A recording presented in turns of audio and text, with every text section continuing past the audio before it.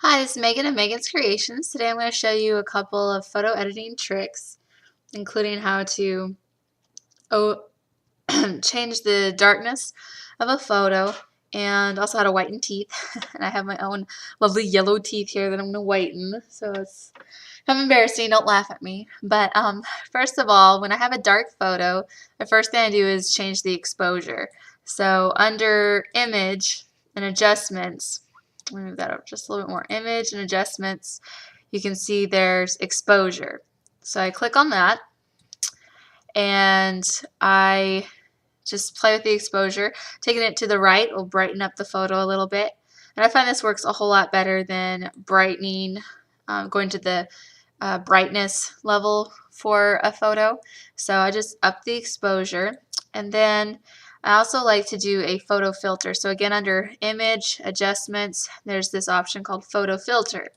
And if you have a photo that's a little too bluish or, it's cool, then I'll use a warming filter on it. Like this was a kind of overcast day, so it kind of had a bluish tint to it. So we use a little bit of a warming filter, and it'll add some color to our faces again.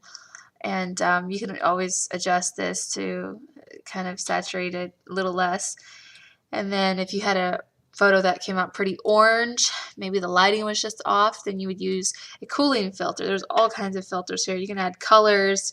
Right now people are doing purple profile pictures on Facebook, and this is an easy way to change something purple. You just do violet and and then increase the intensity, and then you've got a purple profile pic.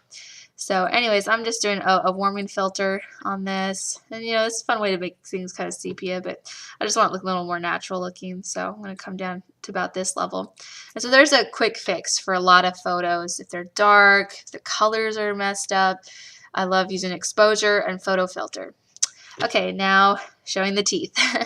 So we're going to zoom in at least 100%, maybe more. Let me see when we get there.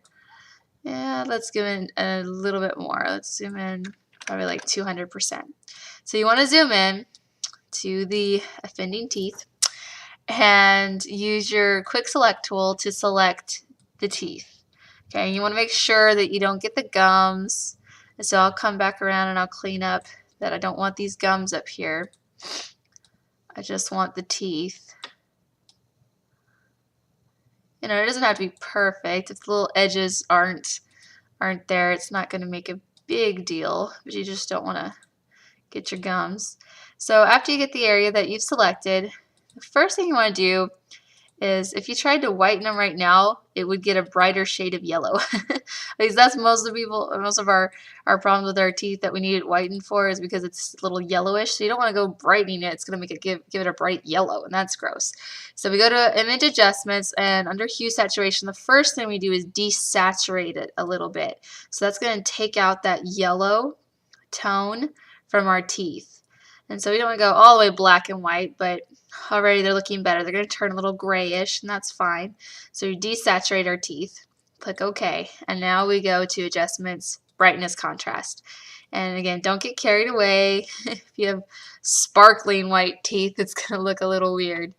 But I just increased the brightness just a little bit and click OK.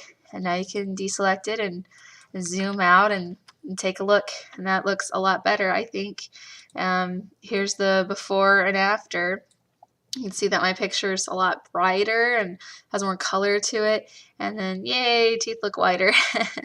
So I would especially do this if I was going to make a canvas print of this photo for my wall. I don't want to have a big blown up smile that's kind of yellowish for something that's going to go on my wall. But I would definitely use the exposure and photo filters for everyday layout scrapping anytime. Just the better your pictures are, the better it helps your layouts. I've seen gorgeous layouts that were clustered and layered so beautifully, and then the photo just kind of, which is supposed to be the center of our layout anyways, just kind of ruined it because it wasn't edited to really showcase what was happening there in that photo. So I hope you found these tips helpful, and I'd love to see some of your teeth whitening before afters, but I understand if you don't want to share it. So anyways, have a good week, and I'll see you next time.